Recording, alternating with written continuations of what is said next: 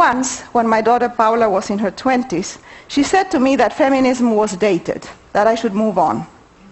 We had a memorable fight. Feminism is dated? Yes, for privileged women like my daughter and all of us here today, but not for most of our sisters in the rest of the world, who are still forced into premature marriage, prostitution, forced labor. They have children that they don't want or they cannot feed. They have no control over their bodies or their lives. They have no education and no freedom. They are raped, beaten up, and sometimes killed with impunity. For most Western young women of today, being called a feminist is an insult. Feminism has never been sexy, but let me assure you that it never stopped me from flirting. And I have seldom suffered from lack of men. Feminism is not dead, by no means. It has evolved. If you don't like the term, change it for God's sake. Call it Aphrodite or Venus or Bimbo or whatever you want. The name doesn't matter as long as we understand what it is about and we support it. So here's another tale of passion, and this is a sad one. The place is a small women's clinic in a village in Bangladesh. The year is 2005. Jenny is a young American dental hygienist who has gone to the clinic as a volunteer during her 3-week vacation. She's prepared to clean teeth, but when she gets there, she finds out that there are no doctors, no dentists, and the clinic is just a hut full of flies. Outside, there is a line of women who have waited several hours to be treated. The first patient is in excruciating pain because she has several rotten molars.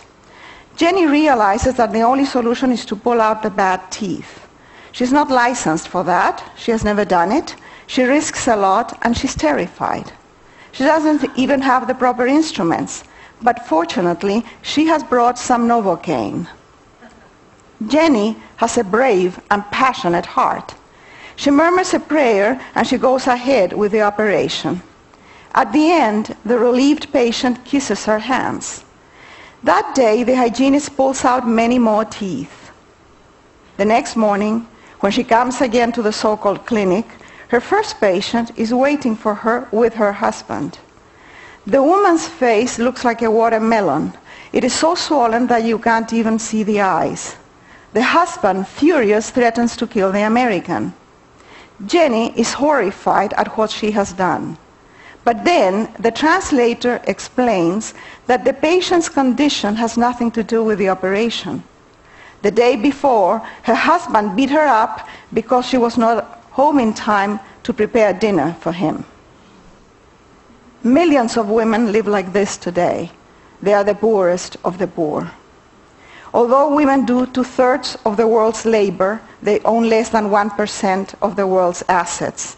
They are paid less than men for the same work, if they are paid at all. And they remain vulnerable because they have no economic independence and they are constantly threatened by exploitation, violence, and abuse. It is a fact that giving women education, work, the ability to control their own income, inherit and own property benefits the society. If a woman is empowered, her children and her family will be better off. If families prosper, the village prospers, and eventually so does the whole country. When Gari Matai goes to a village in Kenya, she talks to the women and explains that the land is barren because they have cut and sold the trees. She gets the women to plant new trees and water them drop by drop. In a matter of 5 or 6 years, they have a forest, the soil is enriched, and the village is saved. The poorest and most backward societies are always those that put women down. Yet this obvious truth is ignored by governments and also by philanthropy. For every dollar given to a woman's program, $20 are given to men's programs. Women are 51% of humankind. Empowering them will change everything, more than technology and design and entertainment. I can promise you that. Women working together, linked, informed, and educated can bring peace and prosperity to this forsaken planet. In any war today, most of the casualties are civilians, mainly women and children. They are collateral damage. Men run the world, and look at the mess we have. What kind of world do we want? This is a fundamental question that most of us are asking. Does it make sense to participate in the existing world order? We want a world where life is preserved and the quality of life is enriched for everybody, not only for the privileged. In January, I saw an exhibit of Fernando Botero's paintings at the UC Berkeley Library. No museum or gallery in the United States, except for the New York gallery that carries Botero's work, has dared to show the paintings because the theme is the Abu Ghraib prison. They are huge paintings of torture and abuse of power in the voluminous Botero style. I have not been able to get those images out of my mind or my heart. What I fear most is power with impunity. I fear abuse of power and the power to abuse.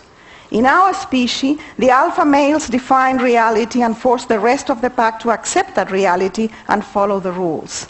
The rules change all the time, but they always benefit them. And in this case, the trickle-down effect, which does not work in economics, works perfectly. Abuse trickles down from the top of the ladder to the bottom. Women and children, especially the poor, are at the bottom. Even the most destitute of men have someone they can abuse, a woman or a child. I'm fed up with the power that a few exert over the many through gender, income, race, and class. I think that the time is ripe to make fundamental changes in our civilization.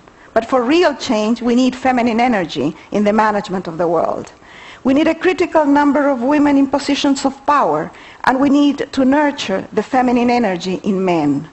I'm talking about men with young minds, of course. Old guys are hopeless. We have to wait for them to die off.